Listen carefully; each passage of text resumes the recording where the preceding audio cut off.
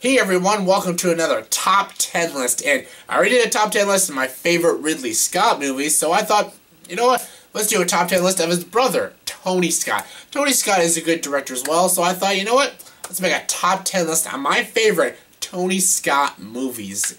And yeah, of course, before a top 10 list, you gotta have your honorable mentions. Unfortunately, I don't have any honorable mentions for Tony Scott because I only like 10 films from Tony Scott, just like John Carpenter. Yeah, it's funny how that worked out. I know a lot of people are going to be pissed that some movies aren't on my top 10. Like, wait, what about that? If it's not on the top 10 list, I didn't like it. So yeah, Man on Fire, Domino, I wasn't a fan of those movies. I know a lot of people like those movies, just wasn't a fan. But yeah, I was a fan of these 10 films, and here we go. Here's my top 10 list of my favorite Tony Scott movies. And now coming at number 10 is sort of like a guilty pleasure of mine, and that is the movie Deja Vu. Yeah, this movie stars Denzel Washington, and yeah, this is a very strange kind of movie, and honestly, I was actually thinking about putting the Taking Up Pelham 1, 2, 3 on my top 10. I wasn't a fan of it. I did enjoy aspects of the movie. It definitely wasn't as good as the original Taking Up Pelham 1, 2, 3 with Walter Matthau. That's a far better movie. I was thinking of putting it in my top 10, but I'm like, wait a minute, Deja Vu, yeah, that's a Tony Scott movie. I actually enjoyed that movie. This movie isn't great. Like, it has some pacing issues, and the editing's a little sloppy. But the movie is good. Denzel's great. Denzel's always great in almost everything he does. It's a good movie. It's got a good story, interesting premise, and, you know, it kept me on the edge of my seat the whole time I was watching it. So, yeah, I enjoyed Deja Vu. It's a weird, kind of strange movie, but it's a guilty pleasure like Deja Vu. Speaking of guilty pleasures, coming in my number 9 is Days of Thunder. Yeah, Tom Cruise, I'm a big Tom Cruise fan. Yeah, Tom Cruise racing cars. He got his ex-wife, did he marry Nicole Kidman? Comment below. Did he marry Nicole Kidman? Ex-wife or ex-girlfriend? Yeah, she co-stars in the movie. Nicole Kidman. And honestly, this movie is a lot of fun to watch. It's very corny. This is a very corny movie. And honestly, I enjoy it. It's a little weird. It's got some really lame one-liners, and the writing is pretty sloppy. But I enjoy it. Tom Cruise has got charisma in the movie. I enjoy his chemistry with Nicole Kidman. And it's a fun movie. It's almost like the Top Gun of race car movies. So yeah, okay, I love that. Coming at number 8, speaking of Top Gun, Top Gun. Yeah, I'm gonna take you right into the danger zone. Yeah, you got Tom Cruise playing the lead role as Maverick. You got Tom Skerritt as Goose. And you got freaking Val Kilmer as, what's his name? Iceman. Yeah, Iceman. Totally forgot his name. Blanked on his name. How dare I blank on his name? But yes, I love this movie. It is really, really dumb, but I love it. It's a very homoerotic fighter pilot movie. God, I just can't talk today. It's a very homoerotic fighter pilot movie. God, what the fuck is wrong with me? Let's try it one more time. This is a pretty homoerotic fire pilot. Nope, can't do it. Just can't do it. It's a pilot movie. So yeah, I enjoy Top Gun. This is a great movie. Tony Scott directed this movie, and it's just a fun movie. It's got some pretty sweet shots of airplanes fighting other airplanes, and yeah, there's some really weird beach scenes. Yeah, a bunch of shirtless dudes playing volleyball. It's fine. I like it, and it's got some pretty corny scenes, but they just work because it's an 80s pilot movie, and yeah, it's a great movie. I enjoy Top Gun. It's a guilty pleasure of mine. It's really, really stupid, but I freaking love it. Now I'm gonna take you right into the danger zone. Coming at number 7 is a movie I really enjoy, The Last Boy Scout. Okay, now we're leaving the guilty pleasures and now getting into the good shit. There's some pretty cheesy stuff in this movie, but I really, really like it. You got Damon Wayans and Bruce Willis together. I never thought that would ever work, but this movie proved me otherwise. This is a very good 90s corny action movie, but I fucking love it. It's awesome. It's so good. It's got awesome action scenes, great comedy, decent chemistry between Bruce Willis and Damon Wayans. Damon Wayans is very, very funny in this movie, and Bruce Willis just kills it in this movie. This is almost kind of like a Die Hard sort of, not really sequel, almost like what I say with Speed and stuff. Speed's a better movie, but yeah, I love The Last Boy Scout. It's an awesome movie. It's Tony Scott's, one of his badass movies, and this is a badass 90s action movie. It's almost like Point Break. Again, I like Point Break better, but yeah, I love The Last Boy Scout. It's awesome. Coming at number 6 is the movie The Fan. Yeah, this movie stars Wesley Snipes and Robert De Niro. And actually, when I first saw this movie, I saw this movie like 8 years ago, I thought this movie would be almost like The King of Comedy. You know, because Robert De Niro in the movie The King of Comedy is like an obsessed fan, and he like kidnaps him because all he wants to be is a TV host and a comedian, and so he kidnaps his idol, and basically he thinks he's friends with him, but he really isn't. It's almost like a dark comedy, and he plays like a sociopath in that movie. He's a sociopath in this movie, and again, but instead he's obsessed with a baseball player instead of a comedian. I thought it would be a lot like the movie The King of Comedy, and it isn't, but it's still a good movie. I enjoy this movie, The Fan. De Niro is excellent in this movie. He's not as good as The King of Comedy. This movie is not as good as the movie The King of Comedy, directed by Martin Scorsese. That's a far superior movie, but I enjoy this movie. Wesley Snipes is good. Robert De Niro is good. Robert De Niro is good at playing these very crazy, sociopathic characters. And I was into this movie. It's a very thrilling movie. It's got some decent, thrills in it, and the editing's fine, and the performances are really good, and that's what matters, and it creeped the hell out of me, so yeah, it did its job well. Coming number 5 is the movie Spy Game. Yeah, Robert Redford and Brad Pitt in a movie together. Yeah, it worked. It worked really well.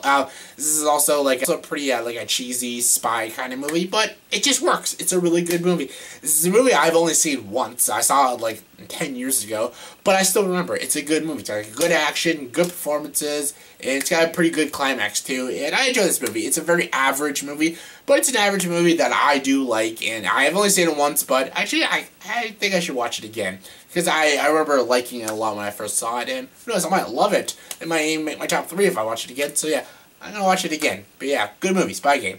Check it out if you like action movies, action spy movies. Check it out. Movie number 4 is the movie Crimson Tide. Yes, this has Denzel Washington and Gene Hackman. Yeah, come to think of it, Denzel Washington is in a lot of Tony Scott movies.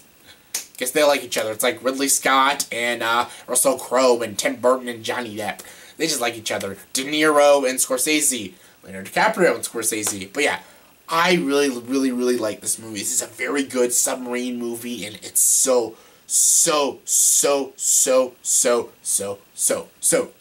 that now. It's good. It's a good movie. Basically, the story of this movie is Gene Hackman and Denzel Washington are on a submarine with all their crew members, and basically they get a message, but the message gets cut out. And they don't know if the message is, call off your attack, because they're about to go bomb a frickin' country. Yeah, basically, they don't know if the message says, hold your attack, or do your attack. So they don't know. Should they go bomb, or should they not? Should we go start a war, or should we go back home? They have no idea, but Gene Hackman just says, you know what? Let's just go bomb the bastards. Who gives a shit? But Denzel Washington's like, no, we have to find out the truth about this. We might have to do anything. Like, we could be causing a war for no reason. And honestly, it's basically basically it's this vicious square-off match between these two characters, Gene Hackman and Denzel Washington. Gene Hackman's the guy who wants to bomb a friggin' country, and you got Denzel Washington trying to figure out the truth, and basically it's them two button heads with each other. And it's really good. Gene Hackman and Denzel Washington are fantastic in this movie. They both give amazing performances. Supporting cast is good too, and I really like this movie. It's actually one of my favorite submarine kind of movies. Hunt for October is probably my all-time favorite submarine movie, but I really like Crimson Tide. It's one of Tony Scott's best movies. Coming number 3 is the movie Unstoppable. Yes, another Denzel Washington movie, and another Denzel Washington movie involving a train. Yeah, Taking Up Pelham 1, 2, 3 was a bit mediocre, but this movie was really good. Denzel Washington and Chris Pine in it together, and they're fantastic. The story of this movie is like a train full of like basically things that can blow up a whole city. Is basically has no driver, and it's about to run into a factory and blow up half a city. So basically, Denzel Washington and Chris Pine have to stop this train because this is basically a moving missile moving towards the city. And yeah, Denzel Washington and Chris Pine are playing these two conductors, and they basically have to stop the train and basically save the day, save the world. And honestly, this is a really good movie. It's got a lot of shaky cam, which is very annoying, but thanks to performances by Chris Pine and Denzel Washington, this movie is just a blast to watch. It's very entertaining. It's actually got a lot of wit in the movie, too. It's pretty funny at times, and I love the chemistry between Chris Pine and Denzel Washington. I love the conversations they have with each other in this train. And it's a very entertaining movie. It's a very high-octane action movie. There's no, chase scenes or gunfires or explosions.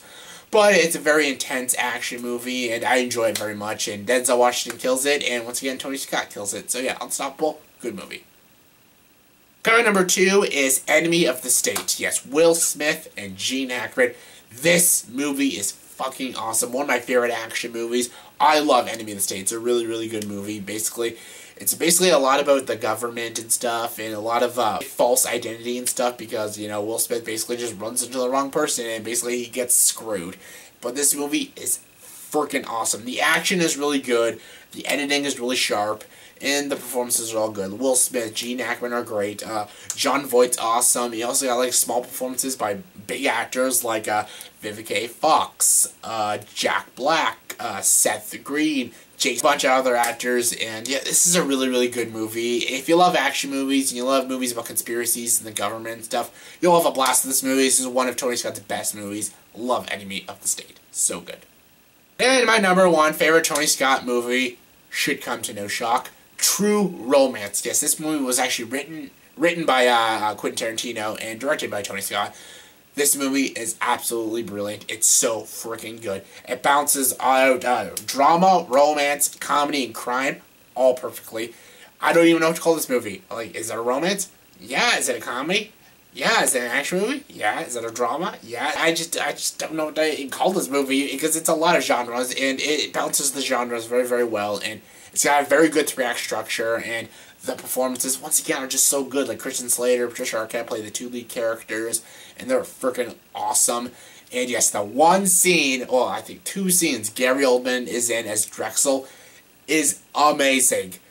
Amazing. I won't spoil what Gary Oldman is in this movie, but it's freaking awesome. And a lot of the, like, Gary Oldman was basically almost like a cameo. He was a small character, but yeah, a lot of big actors are small characters in this movie, and they are all very, very memorable. Like, Christopher Walken's scene is really memorable, and James Gandolfini's scene is really memorable, and this movie is just so freaking good. It's got the typical Tarantino dialogue and the Tarantino characters, but it doesn't have the proper direction like a Tarantino movie. It's got the Tony Scott direction, and it just really, really works. This movie is fantastic. It's very disturbing, but fantastic.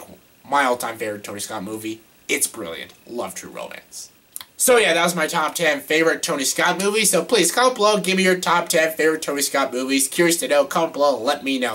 And if you like this video, please like and subscribe to this channel and join the dark side.